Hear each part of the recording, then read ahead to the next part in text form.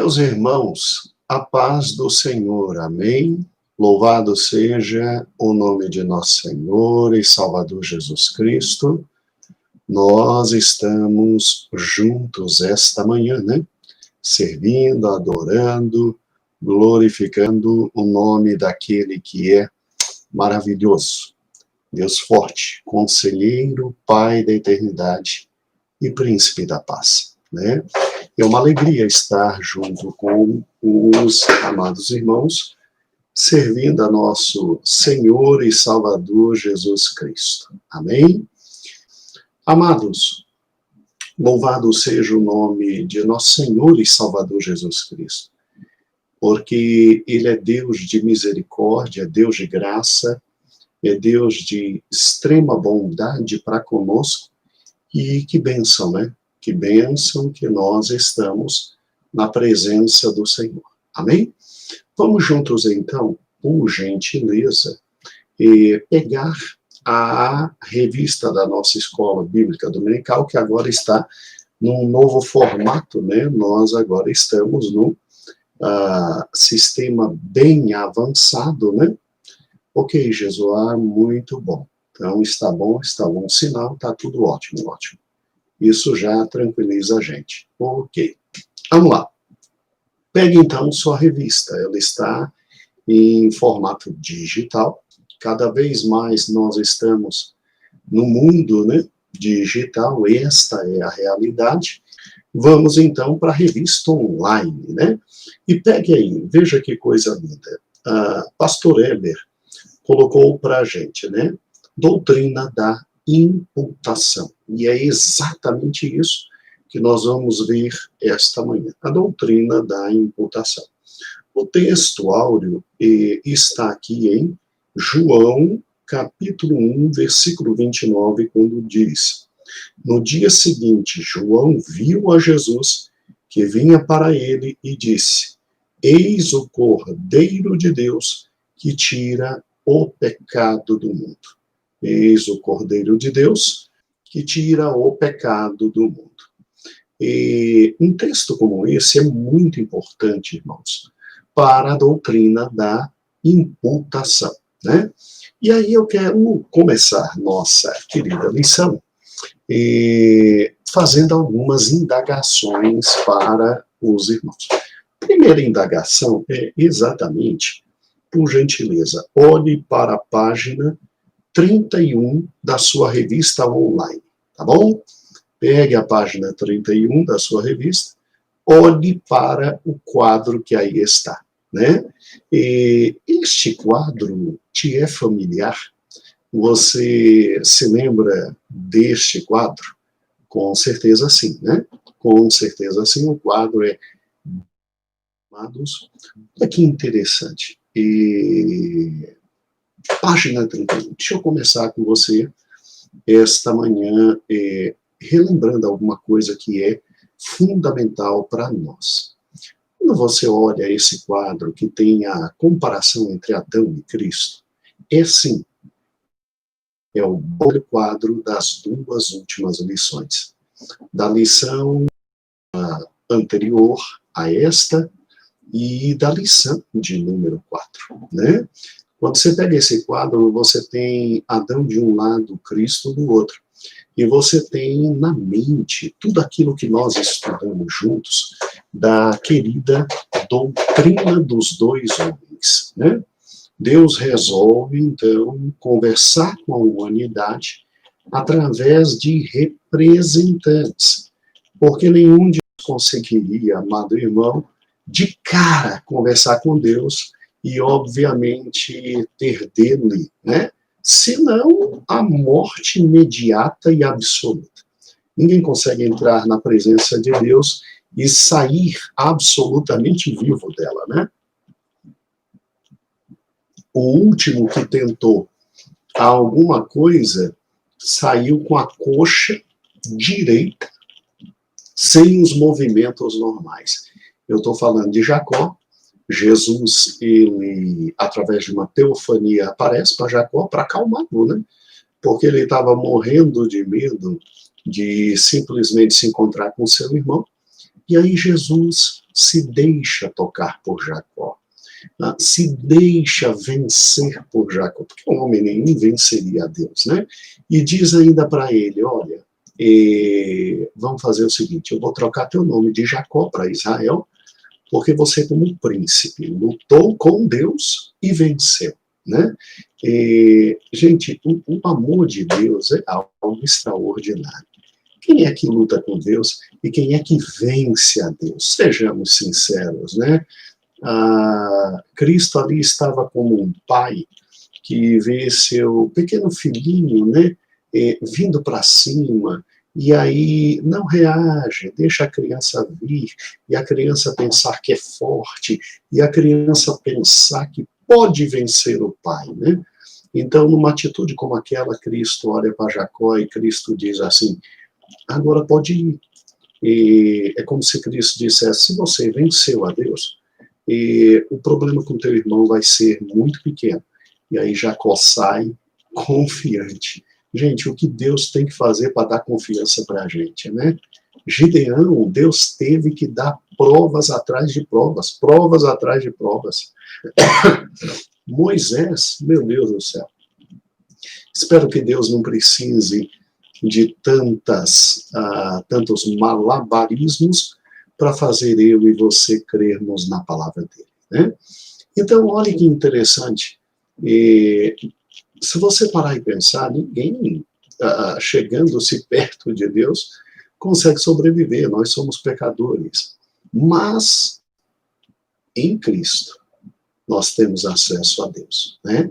Em Cristo, nós temos a possibilidade de entrar sem medo no Santo dos Santos e ter acesso a Deus. Mas por quê? Porque estamos em Cristo. Então, a vida do homem pecador, ela estava completamente atrelada ao primeiro representante, a Adão. Então, uma vida de morte, uma vida de choro, uma vida destinada ao inferno. A imensa misericórdia mandar Cristo, e Cristo, como está aí no quadro, é a porta de entrada de um novo mundo e a certeza da salvação e da vida eterna, porque Cristo se tornou o nosso segundo representante. Agora, é óbvio que quando a gente olha para um quadro desse, a gente tem uma alegria muito grande. A gente vê literalmente o plano de Deus estabelecido na face da terra.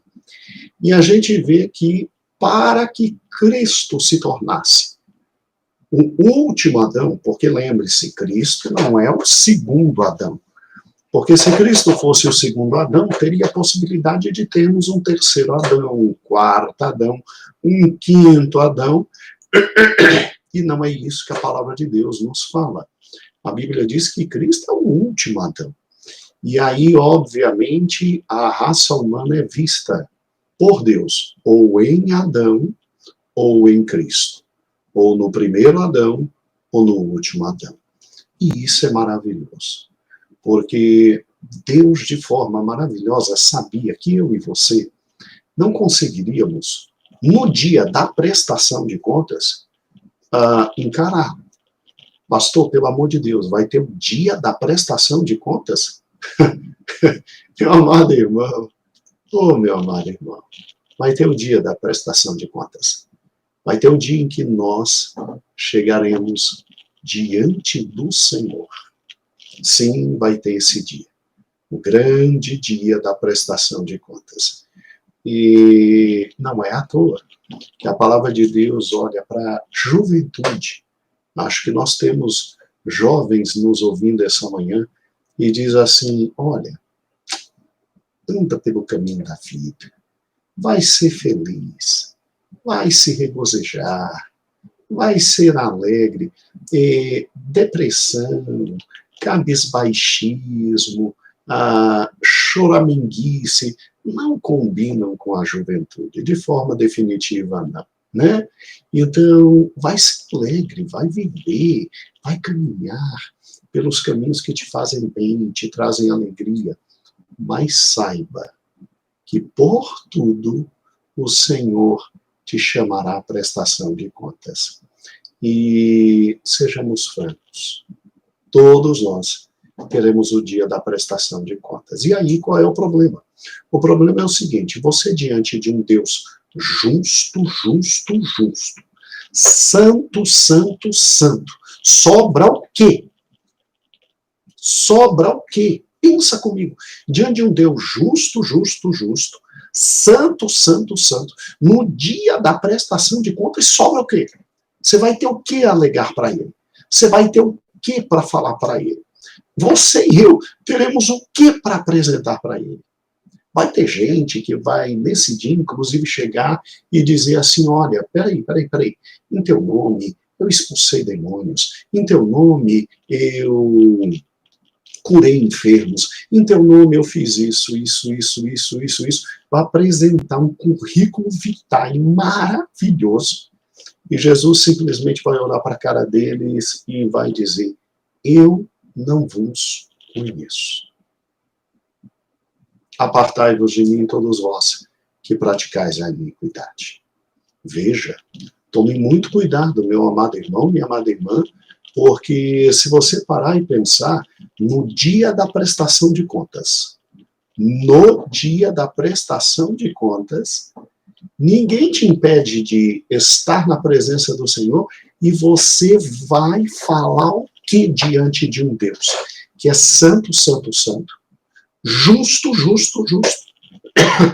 A única coisa que a gente tem para falar para ele é o seguinte, olha, Senhor, o negócio é o seguinte, eu sei que se o Senhor me lançar agora no lago de fogo e enxofre, no inferno, é mais do que justo, tá? É mais do que justo. Porque eu sei a porcaria que eu fui a vida inteira. Mas há um argumento para nós. Que argumento? Em razão de eu não prestar mesmo, e em razão do Senhor olhar para mim e ver que eu não ia prestar de maneira alguma, é que o Senhor simplesmente enviou seu filho.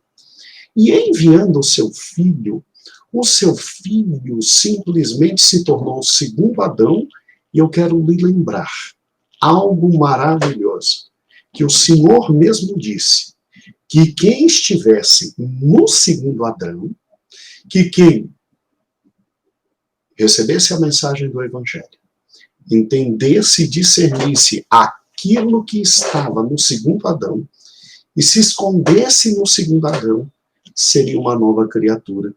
Todas as coisas velhas teriam passado, tudo se faria novo e o melhor.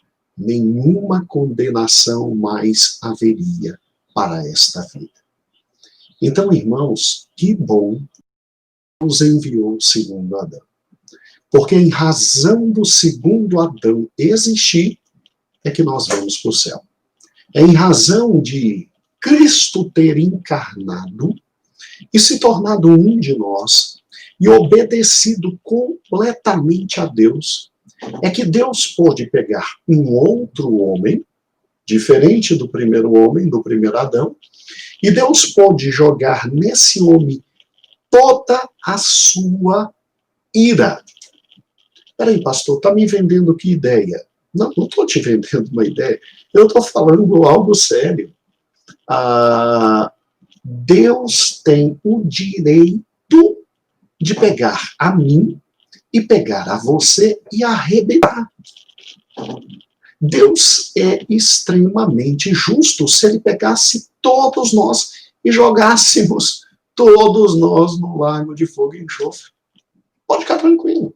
Ele fazendo isso, os céus aplaudiriam, os anjos aplaudiriam, o universo aplaudiria, porque estaríamos diante de um Deus justo, praticando a sua mais pura justiça.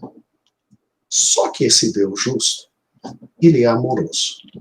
E por ele ser amoroso e verificar que nós não íamos nunca, por força própria, nos consertar, esse Deus justo fez o seguinte, bem, eu tenho que punir o mal, eu tenho que punir o pecado, eu tenho que punir a maldade. Aí ele olha para Cristo e diz, filho, desce, se torna um homem, e daí o que estudamos na aula passada com o pastor Elias, a nossa querida teologia e doutrina da encarnação, e quando Cristo se torna um homem, Cristo então vai ser aquele segundo homem que entra no mundo de forma muito especial, né? E aí, quando ele entra, ele é, até esse momento, um segundo Adão. Ele não peca, ele não erra, ele não pratica ato nenhum, ele cumpre a vontade de Deus, que eu e você nunca poderíamos ter cumprido. Ele simplesmente, nele não se acha nenhum pecado, e em razão de nele não se achar nenhum pecado, aí Deus olha para ele e diz, ótimo, eu vou agora jogar sobre você todos os pecados do passado, do presente e do futuro. E eu vou, de uma vez por todas, cumprir minha santa lei. Vou, então, meu amado filho, mesmo você não tendo culpa, não sendo achado culpado, não sendo pecador, eu vou lançar sobre você todos os pecados de todos os tempos. E você vai ser punido por eles. Uai, pastor, mas que loucura é essa? Você vai ser punido por eles. Eu, na cruz, vou te arrebentar, meu filho. E você vai ser punido por eles. E aí, obviamente, quando você subir aqui aos céus, meu filho, e em nome deles pedir perdão, eu vou aceitar o perdão. E a partir desse momento, todo aquele que estiver em ti, último Adão, estará salvo. Eu vou olhar a humanidade, ou por intermédio do primeiro Adão, ou por intermédio de você, meu filho, o segundo Adão. Pastor, peraí. Eu não estou gostando muito dessa ideia. Por que Deus fez isso com Cristo? Por causa da imputação. Você sabia que Deus se utilizou de um fenômeno absolutamente humano, que é a imputação, para simplesmente entendermos como seria a nossa salvação? Ou seja, peraí. Está querendo me dizer que Deus fez seu filho tomar a forma humana para que a imputação fosse possível? Sim, tá, tudo bem. Eu entendi até agora. Mas o que é imputação? Bem, imputação é muito interessante. Pastor Elias, no domingo passado, começou a falar sobre imputação. Imputação é um fenômeno humano corriqueiro do dia a dia, que a gente pratica no dia a dia e que a gente só não sabe que tem um nome de imputação. Interessante, né, pastor? Os teólogos criam nomes engraçados para a coisa, né? Não. É porque hoje a modernidade fez questão de esquecer uma série de nomes que nossos antepassados criaram, e a teologia se utiliza desses nomes até hoje. Você, mesmo não sabendo, no domingo passado com o pastor Elias, você já começou a estudar a imputação. Você já começou a estudar a imputação, tá? O que é imputação? Bem, veja. Na página, exatamente na página 31, o ponto 2, aprofundando a compreensão da imputação, eu coloquei o conceito. Vamos juntos? Dê uma olhadinha na sua revista. Eu estou com a minha aqui. Imputação significa atribuir a alguém alguma coisa. Significa acreditar. Significa pôr na conta de alguém dívida. Então, imputação é esse fenômeno sociológico de simplesmente ou eu credito na conta de alguém algo bom, ou eu credito na conta de alguém algo ruim. Tá? E isso é imputar. Mas espera aí, pastor, peraí. Deixa eu ver se eu estou entendendo. Quando existe uma imputação, nós temos, então, dois elementos. Sim, nós temos dois elementos.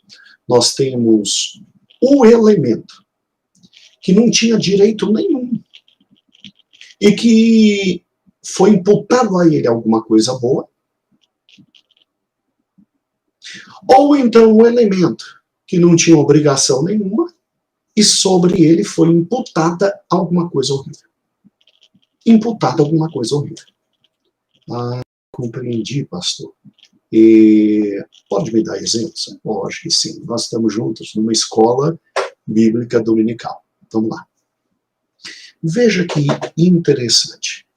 Imputar no sentido de acreditar algo positivo. Abra sua Bíblia em Gênesis capítulo 15. Vou pegar um exemplo absolutamente conhecido da nossa leitura bíblica diária, que está maravilhosa, e que eu já lhe aviso, hein? Esta semana será fantástica. Esta semana nós vamos continuar com Gênesis e vamos ouvir muita gente que a gente ainda não ouviu. Pastores novos aqui da sede nos ajudando, né? Foi muito bom ouvir a Verinha, ouvir o Gil, ouvir meu Deus do céu, a memória está me faltando. A Verinha, o Gil, aí depois veio o Geraldo, depois a Iraci, aí depois a Ledme, e essa semana mais novos pastores que nunca falaram e que vai ser uma bênção trabalhando com Gênesis. Olha que interessante, Gênesis capítulo 15 diz exatamente assim, né? E vou pegar do versículo absolutamente 5, do versículo 5. Então conduziu até fora e disse, olha para os céus e conta as estrelas, se é que você pode. Aí Deus disse a Abraão, será assim a tua posteridade.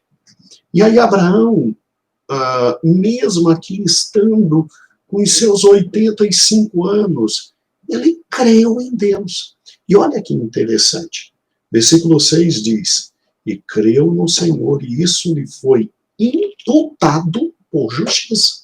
Então, quando Abraão crê em Deus, Deus olha e diz assim para Abraão, como você está crendo em mim, eu vou atribuir a você o que eu chamo de justiça. O que eu chamo de justiça. Então, olha que interessante.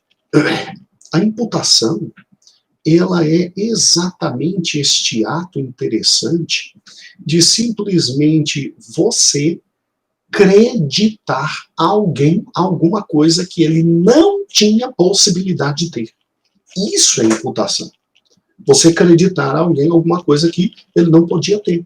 Abraão podia ter o título de justo? Não. Abraão era como eu e você. Mas a Bíblia diz que Abraão creu em Deus e Deus disse, estou colocando na tua conta crédito, estou te chamando de justo. Tá?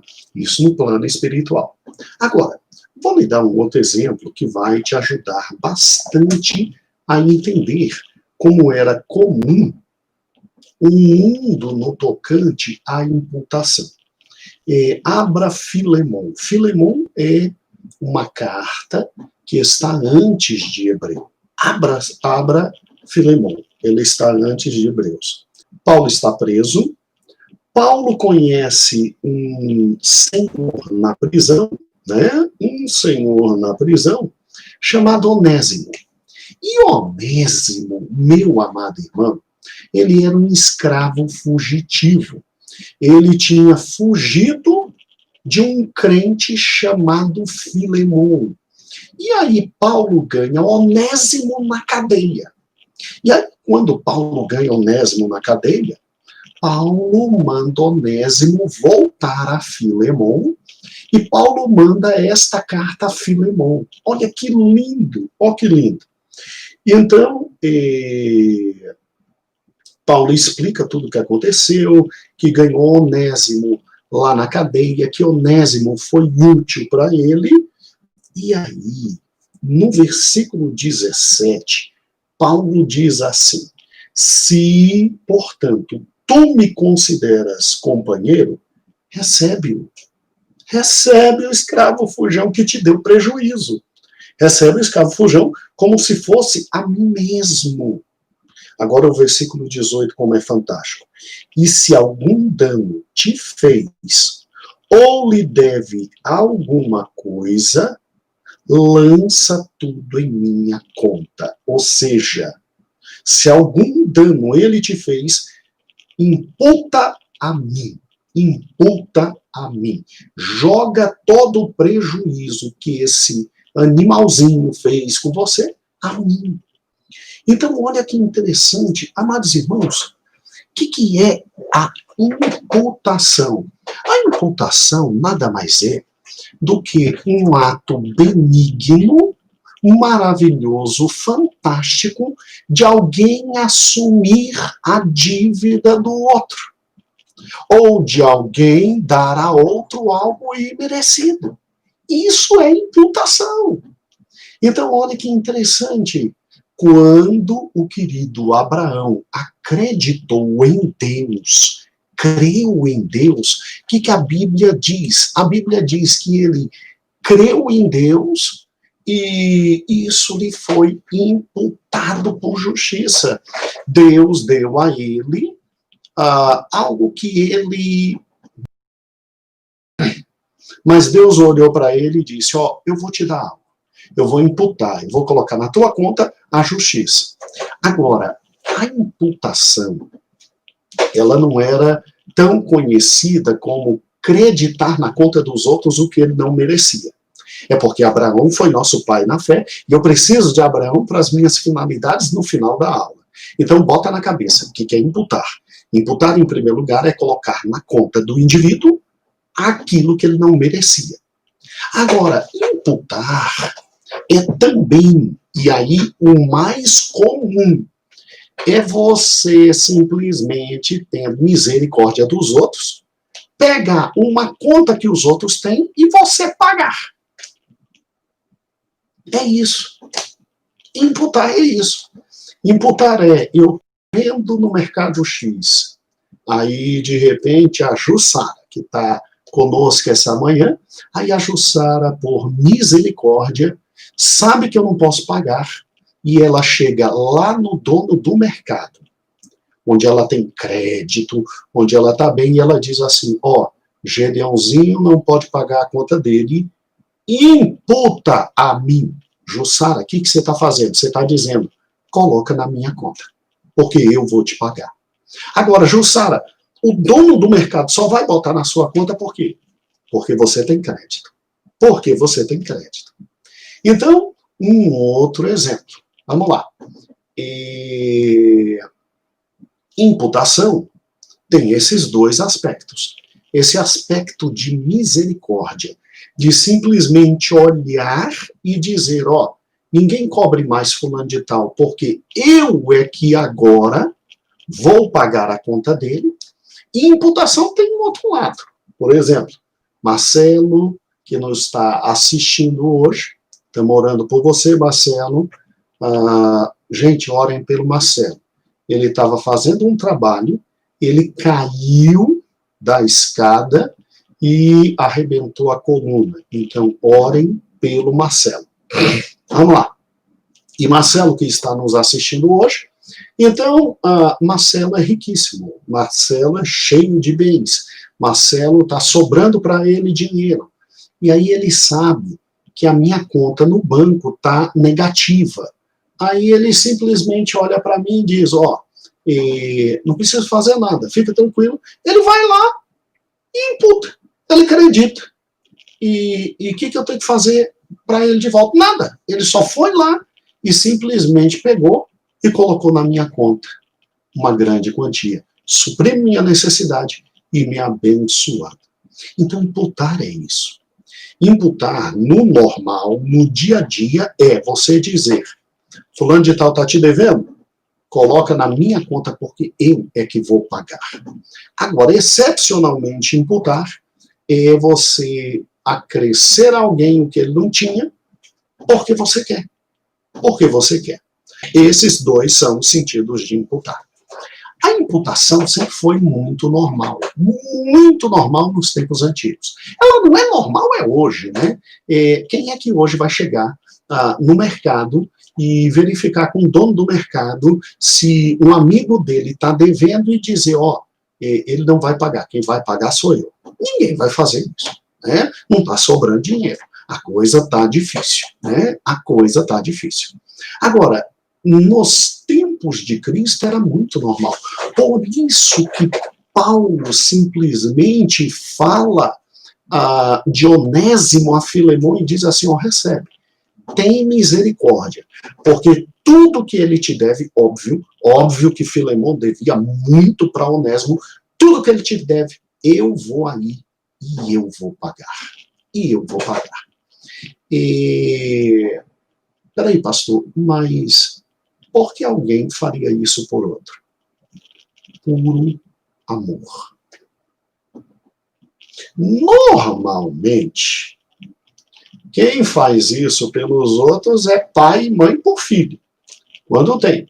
E quando não tem, ainda faz a besteira de pegar empréstimo consignado porque o malandro andou gastando mais do que devia.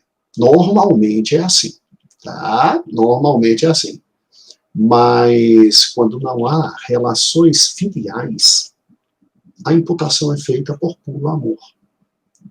E Paulo tinha certeza que ia sair da cadeia, Paulo tinha certeza que ia visitar Filemão, e ao chegar lá, tudo que Onésimo estaria devendo, ele pagaria.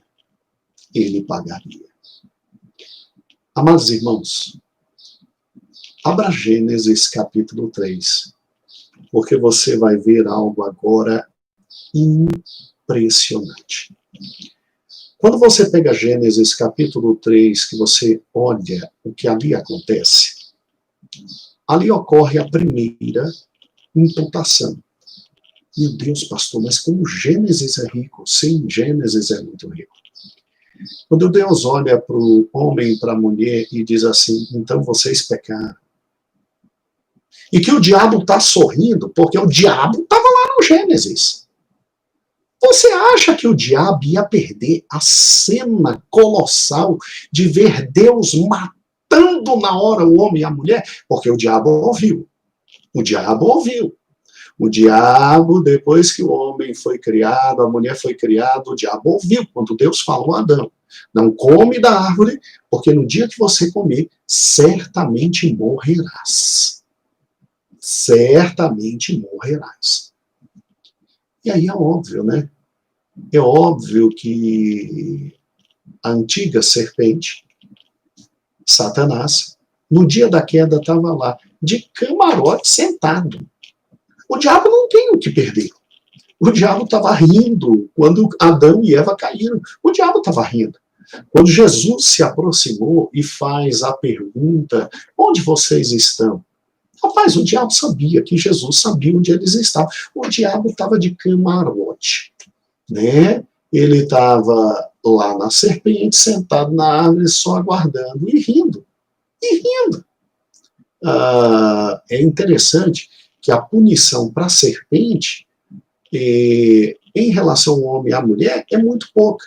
Mas por quê? Não precisava de mais nada. Ele já sabe que está absolutamente condenado e que aguarda ele é exatamente o inferno e depois o lago de fogo e enxofre.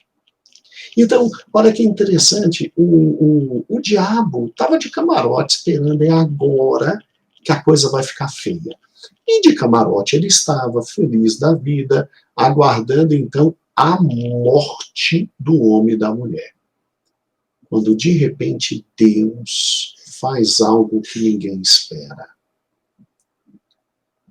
Deus mata um animal. E ao matar um animal, Deus traz uma roupa de pele deste animal para o homem. E ao fazer isto, Deus realiza a primeira imputação, como medida de misericórdia. Deus olha então para o homem no Éden e diz o seguinte: você tinha que morrer agora. Mas em teu lugar está morrendo esse animal. Porque sem derramamento de sangue, tu não chega perto de mim, não. Em teu lugar está morrendo esse animal. Para que você continue convivendo comigo, e à medida que você vai convivendo comigo, você vai, então, a partir de agora, levantando altares, derramando sangue de animais, e aí eu te perdoo. Mas olhe, eu te perdoo para você não ter a morte eterna, que é a vida eterna longe de mim. Porque a morte física você vai passar. Você vai passar. O diabo, irmãos, eu acho interessante isso. Eu estava conversando, a primeira vez que eu conversei com um amigo, jovem da igreja, sobre isso, ele me dizia assim: ó, Gedeuzinho, você é fã. Puxa vida, mas que maldade, matar um animal e colocar no animal toda a culpa do ser humano. Poxa, por que Deus fez isso? Que maldade, o que é isso? É aquela velha história, né? Hoje nós vivemos no momento do panteísmo, em que a natureza é Deus, e aí você não pode fazer nada com a natureza. Então, é óbvio que uma ideia dessa, um texto desse, nunca vão cheirar bem para quem idolatra a natureza, né? Idolatra a natureza. Mas aí eu expliquei para ele o seguinte: raciocine comigo. Você está achando Deus injusto porque Deus permite que animais morram em lugar do homem morrer? Ele disse: estou achando que é injusto. Eu disse: então tá bom. É por isso que Isaías diz que assim como os céus estão distantes da terra, os nossos critérios de justiça estão muito distantes do que Deus, tanto é que o que a gente chama de justiça, Deus chama trapos de imundície, ou seja, modes. Trapos de imundície, em Isaías, é o que hoje as mulheres chamam de modes. Então, presta atenção, olha que interessante. Olhei para ele e dei uma cartada fundamental. Disse para ele: meu filho, quem é que estava lá no dia em que Deus matou o primeiro animal, ao invés de matar o homem, matou o primeiro animal e fez a primeira imputação? Ele disse: bem, estava Deus, estava Adão e Eva. Eu disse: não, peraí, tu está esquecendo o mais fantástico dos personagens, quem estava de camarote esperando, com todo respeito, irmãos, eu falei para ele, né, o pau cantar, me desculpe a expressão. Ele: é mesmo, estava o diabo. Eu disse: pois é, o diabo é o ser mais petulante do mundo, não é? Ele disse que é. O diabo, ele tem a cara de pau de falar para Deus algumas coisas que ninguém tem a cara de pau. Ele já está condenado mesmo. Mas ele teme e treme diante de Deus. Ele disse: eu disse, no caso de Jó, o que o diabo falou para Deus? Ele disse: olha, eu estava andando pela terra, e de repente andando pela terra, estava dando uma volta. Aí Deus olha e diz: viu meu servo Jó, como é justo, honesto, decente, anda na minha presença? Aí o diabo olhou para a cara de Deus e jogou na cara dele. Óbvio, quem não vai andar? Você dá tudo para ele. Você está vendo, meu irmão, que o diabo, ele, quando tem que jogar na cara, ele joga, mesmo que seja o Senhor Jesus Cristo, como ele é petulante. Eu te pergunto, por que o diabo ficou em silêncio no Gênesis? Bora? Me responde. Por que o diabo ficou em silêncio no Gênesis? Porque não tinha o que falar. Não havia injustiça nenhuma ali. Havia bondade, misericórdia, amor. Não havia injustiça porque o homem morreria. Adão, com 930 anos, morreu. Eva, eu não sei quantos anos viveu, mas que morreu, morreu também. E a promessa de Deus se cumpriu. Mas ao invés de, a cada momento de pecado, o homem ser fulminado por Deus, como tinha que ser, Deus o amou de tal maneira que permitiu a imputação. Ou seja, os pecados do homem eram transferidos para aquele animal que ele estava sacrificando e Deus o perdoava. E foi por isso que não só Adão entendeu isso, mas se você pegar a revista, pegue comigo, por gentileza. Olha que interessante. Não só Adão, mas também seus filhos. Tanto é que a Caim e Abel, né? Abel apresentou. Depois Noé apresentava. Abraão, onde chegava, apresentava sacrifícios. Porque desde o Gênesis se entendeu a doutrina da imputação. Ou seja, Deus está me dando a chance de que todos os meus erros sejam imputados no outro ser e esse ser morra em meu lugar. Esse ser morra em meu lugar. E o que é interessante, muito interessante aqui, é o seguinte, é que mesmo antes de toda a organização, os patriarcas que nós estamos estudando morreram crendo nisso. Os patriarcas tinham a noção de que eram homens pecadores diante de Deus. Mas que Deus é tão bom que Deus permitiu a imputação. Deus permitiu que o seu pecado fosse lançado na conta de outrem, um animal. E que aquele animal sendo sacrificado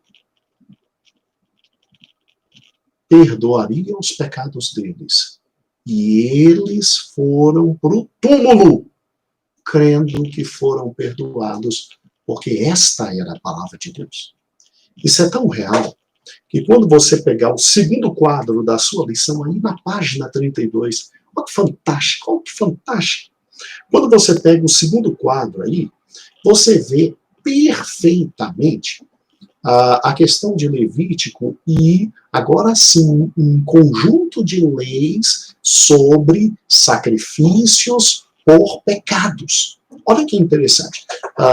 Pega comigo aí a sua querida revista na página 32. Veja, eu coloquei somente 3 exemplos. Olha, o sacerdote, ele para ir à presença de Deus, olha o quadro do meio, orar a mão sobre a cabeça do novilho.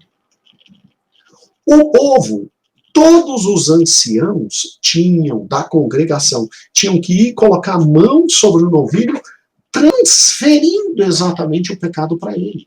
O príncipe, a mesma coisa, levava um bode e colocava a mão e transferia. Eu fiz questão, inclusive, de colocar aqui, amados irmãos, colocar aqui, após aí na página 32, a seguinte observação. Acompanhe comigo.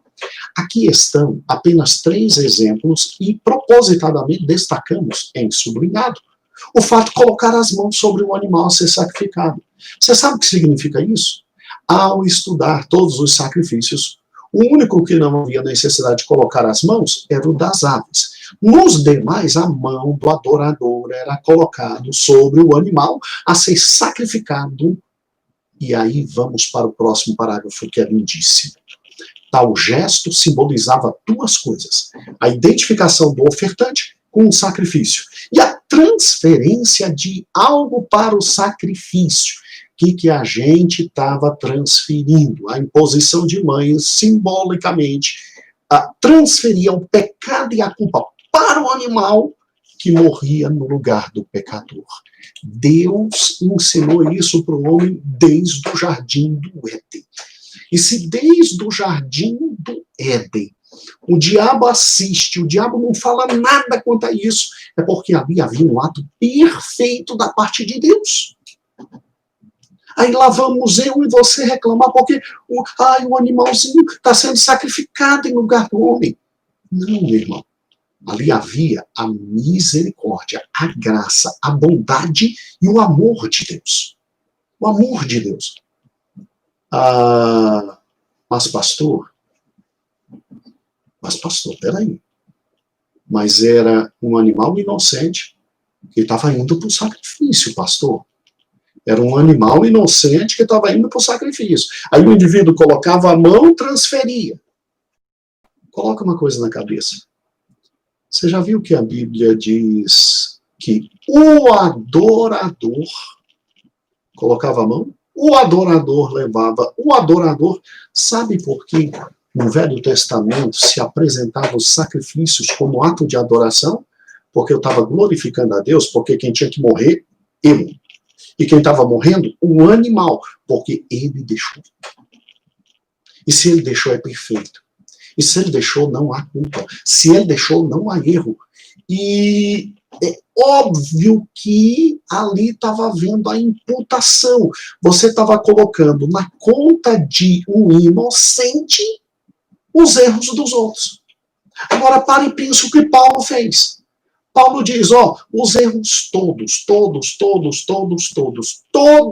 os erros do escravo Onésimo, Filemon, por gentileza, Filemon, quando ele chegar aí, acredita na minha conta que eu pago. Irmãos, isso é fantástico. Sabe por quê? Porque a doutrina da imputação, ela nos faz entender algo lá na frente. Quando no Velho Testamento a pessoa levava o animal para entregar o animal, para imolar o animal, que colocava a mão sobre ele, e que os pecados passavam para o animal, os pecados eram imputados ao animal, isso já estava prefigurando quem? O nosso amado e maravilhoso Jesus Cristo. Deus já estava nos falando sobre o Senhor Jesus Cristo. Se não, vejamos, abra na página 33 da sua revista. Olha que fantástico.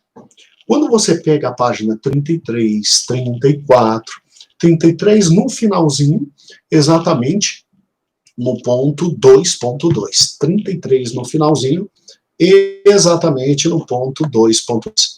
Olha que interessante. Quando Cristo aparece, ele simplesmente, ao aparecer, João Batista já olha para ele e diz assim, eis o Cordeiro de Deus que retira o pecado do mundo. Eu e você não tínhamos condição nenhuma de pagar a dívida do pecado. Havia uma conta no céu bem negativa. Eu e você não tínhamos condições de pagar. O que Cristo fez?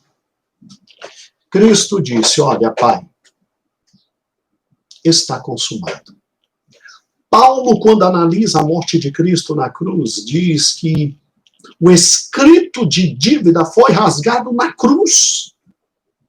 Então, tudo que Deus tinha que justamente fazer conosco por causa dos nossos pecados, ele fez com Cristo.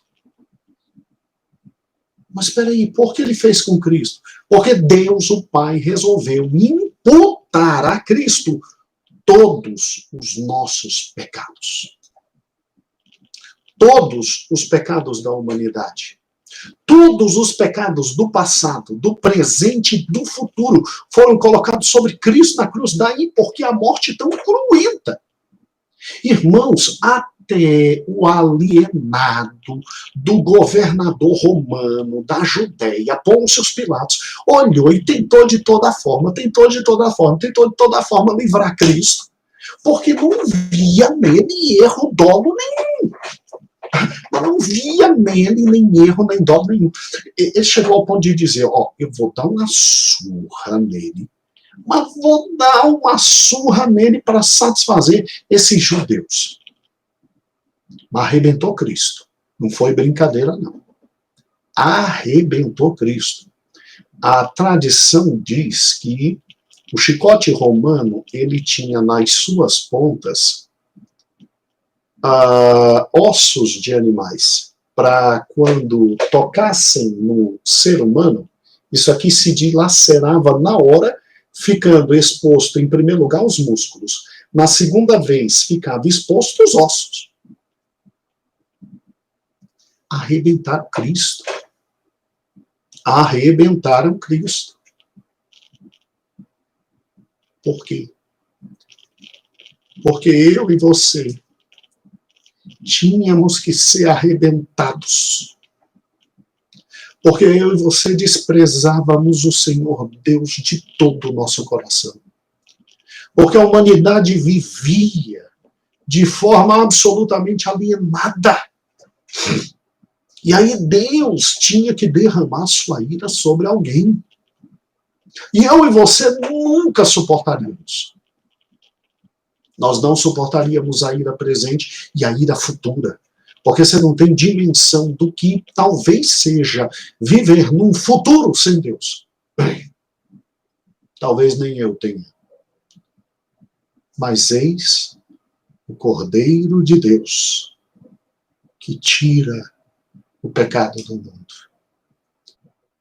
E aí, quando você prossegue no Evangelho, você vê que 2 Coríntios, capítulo 5, versículo 21, diz assim: aquele que não conheceu o pecado, Deus o fez pecado por nós, para que nele fôssemos feitos justiça de Deus. Epa, peraí.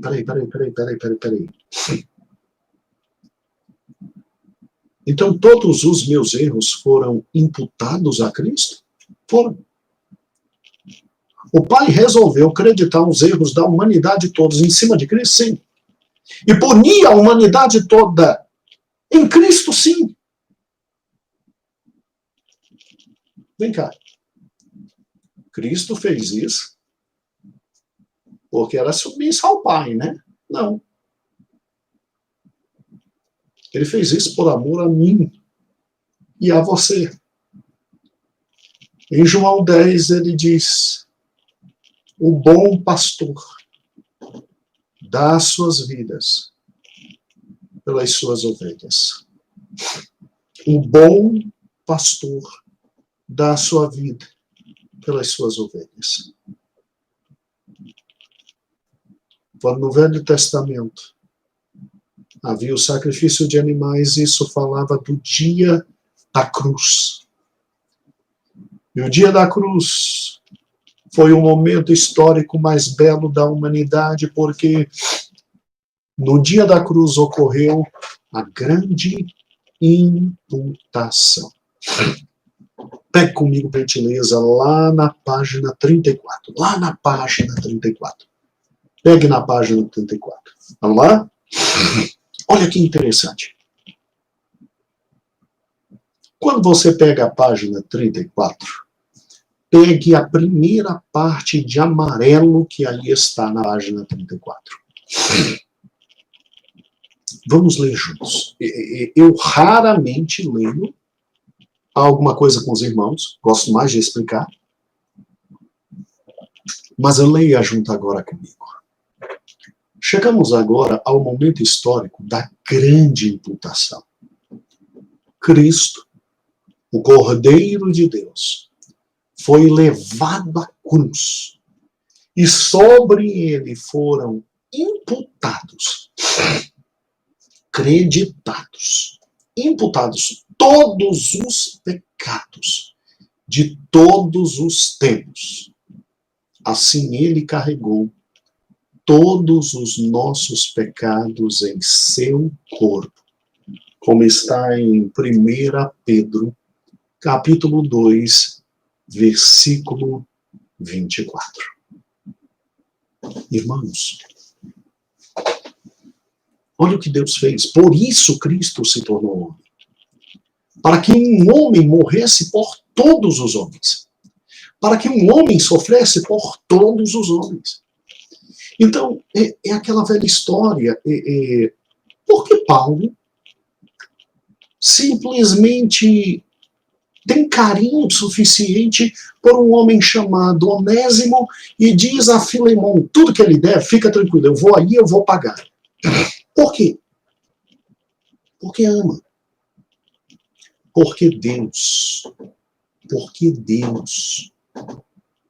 resolve pegar seu filho, que também é Deus, sujeitá-lo à condição humana, às limitações humanas, dar-lhe a ele um corpo, retirar-lhe de toda a glória e fazê-lo simplesmente enfermar por meu lugar e joga sobre ele, que nunca pecou e nunca pecará, joga sobre ele toda a nossa culpa, quer dizer, imputa sobre ele, coloca na conta dele toda a culpa, arrebenta ele como se estivesse arrebentando todos nós.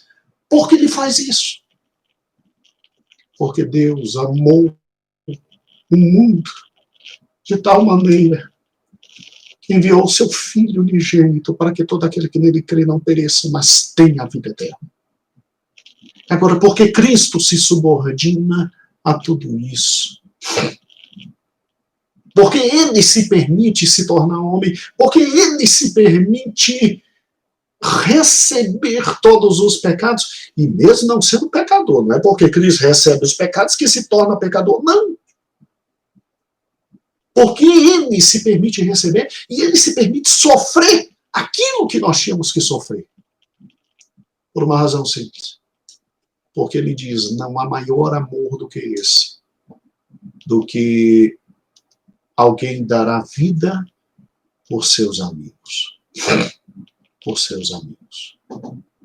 Até hoje nós não sabemos quem nos ama mais, se o pai ou se o filho.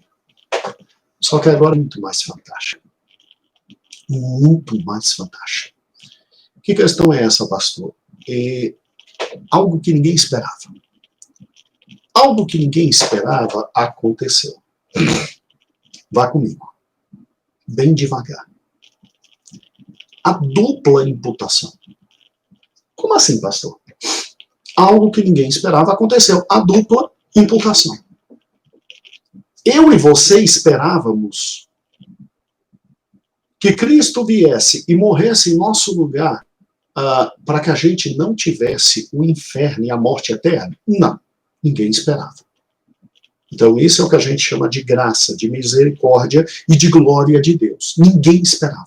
Ninguém esperava que Deus colocasse na conta do seu filho a nossa conta. E aí Cristo fosse arrebentado em nosso lugar. Ninguém esperava. Mas Deus foi além, porque Deus é surpreendente. Deus pegou os créditos do seu filho e transferiu para quem? Olha o que Deus fez. Deus pegou os créditos do seu filho e transferiu para quem? Para tristes e miseráveis pecadores como eu e você. A dupla imputação. Ele lança em Cristo o meu pecado e ele pega os créditos, bênção, de Cristo e joga em mim. Meu Deus, pastor, nunca tinha pensado nisso, é mesmo? Então pegue sua revista. Vamos juntos. Esta é uma das doutrinas mais lindas do Evangelho. Mais lindas do Evangelho. E aí na página 34, você tem a outra parte de amarelo. Achou? A outra parte de amarelo? Encontrou? Vamos juntos. Leia comigo, por gentileza. Se Deus tivesse apenas imputado a Cristo o nosso pecado, já era favor imerecido.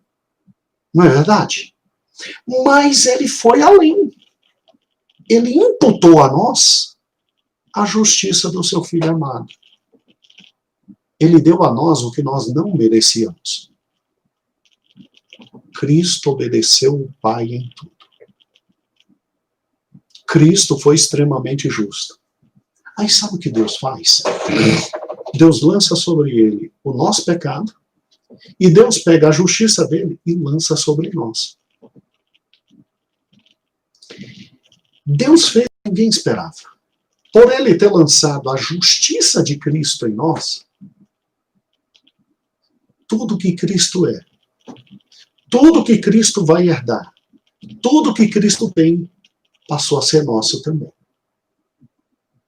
Pastor, é sério? É. O corpo que Cristo tem, nós vamos ter.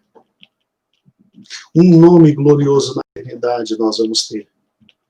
A bênção de viver ao lado de Deus, nós vamos ter. A graça da Nova Jerusalém, nós vamos ter.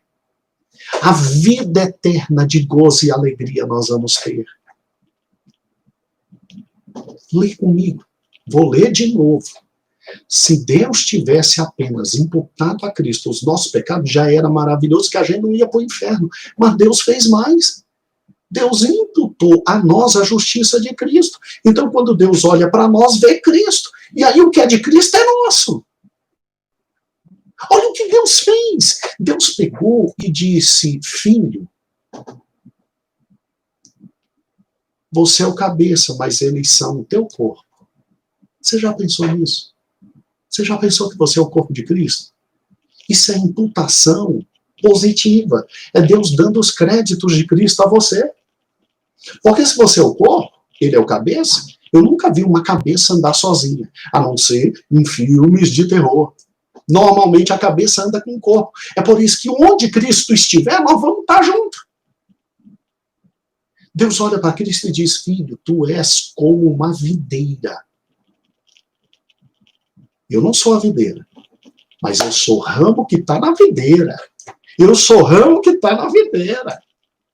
Deus olha para Cristo e diz assim, filho, tu és a pedra angular. E sobre você eu vou botar as outras pedras, e a gente é edifício de Deus.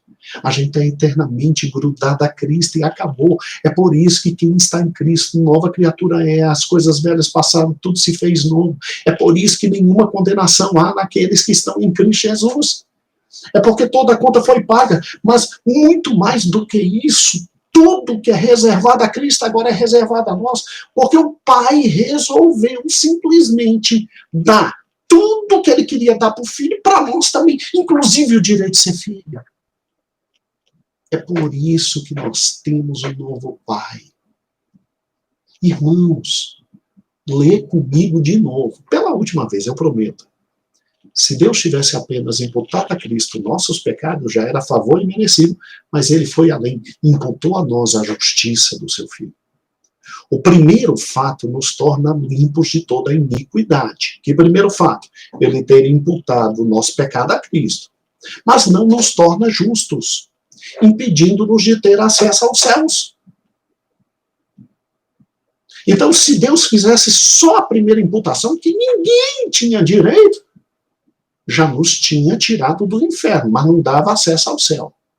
Agora, estamos isentos de culpa e dos pecados, mas não há como sermos declarados justos. Assim Deus fez o que ninguém faria, imputou a nós a justiça de Cristo. Deus pega na cruz um escrito de dívida e rasga, porque Cristo pagou, e Deus ainda pega o que está na conta de Cristo e coloca na conta da gente. E daí nós somos justos, santos, perfeitos, agradáveis diante de Deus. Porque a justiça de Cristo é colocada sobre nós. Meu amado irmão, você já tinha pensado na bênção da dupla imputação? Já tinha refletido sobre isso? Pois é. Esse é o motivo pelo qual nós vamos agora, ao final da revista, lá na conclusão, e nós vamos ler juntos. Leia comigo, por gentileza. Assim cremos. Achou aí, página 35? Assim cremos que Cristo, o Cordeiro de Deus, foi levado à cruz e sobre ele foram imputados todos os pecados de todos os tempos, e logo ele carregou os nossos pecados em seu corpo. E aqui a primeira parte da imputação, tal como Paulo diz, aceita, Onésimo. Filemon, quando eu passar aí eu pago tudo. Cristo já pagou tudo que Deus requeria. Agora, cremos ainda que, inesperadamente, Deus nos imputou a justiça de Cristo.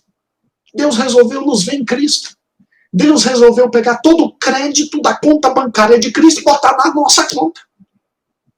E aí é por isso que a gente tem tesouro. É por isso que a gente ora e é curado. É por isso que a gente ora e Deus alivia nossas dores. É por isso que a gente ora e Deus, às vezes, diz assim, não vou te curar, não vou aliviar tuas dores, porque a minha graça te basta. Quando ele diz assim, a minha graça te basta, ele está olhando para a minha cara e para a tua cara e dizendo, eu já fiz mais do que você merecia. E se eu não quero fazer mais, é porque eu não quero. Fica na sua.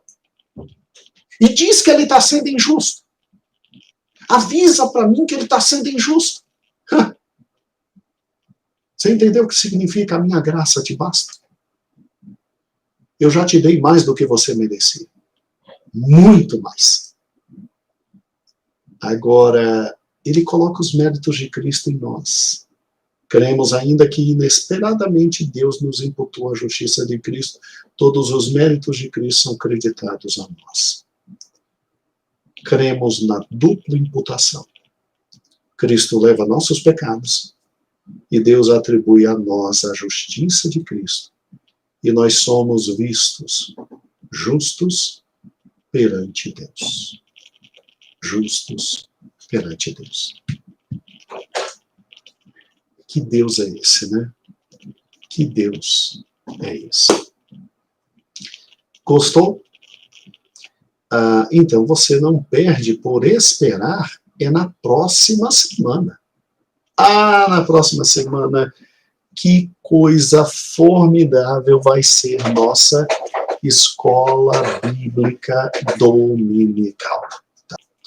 Que o amor de Deus, a graça de nosso Senhor e Salvador Jesus Cristo, as consolações do Espírito Santo, habitem e reinem em tua vida, hoje e para todo sempre.